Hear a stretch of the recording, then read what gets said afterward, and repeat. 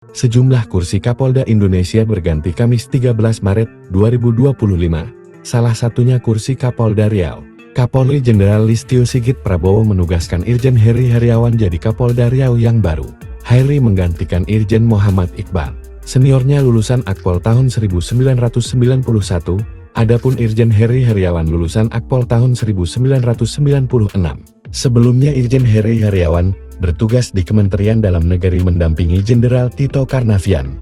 Diketahui Heri orang pertama di angkatannya yang menyandang pangkat bintang 2. Dihimpun dari berbagai sumber, Heri Heriawan merupakan pria kelahiran 23 Februari tahun 1972 ini, merupakan polisi berpengalaman di bidang reserse. Polisi AKPOL tahun 1996 ini berhasil mengungkap sejumlah kasus besar, mulai dari premanisme, narkoba, hingga terorisme.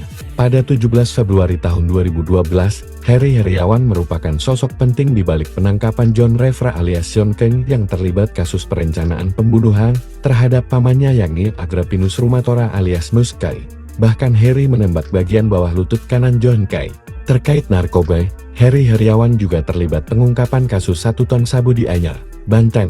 Pada Juli tahun 2017, saat itu Heri tergabung dalam Satgas Merah Putih yang bertugas menangani narkotika. Kiprah lain yang menjadi perhatian adalah menangkap Richard Muljadi, cucu konglomerat Kartini Muljadi atas kasus narkoba.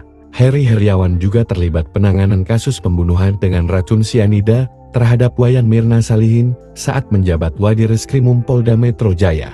Saat jabat Kasat Resmob Polda Metro Jaya, Herimen juga memimpin penangkapan penguasa pasar Tanah Abang Hercules beserta anak buahnya, yang berjumlah 44 orang. Penangkapan Hercules, setelah diduga meresahkan masyarakat, karena sering mengganggu dan memeras warga.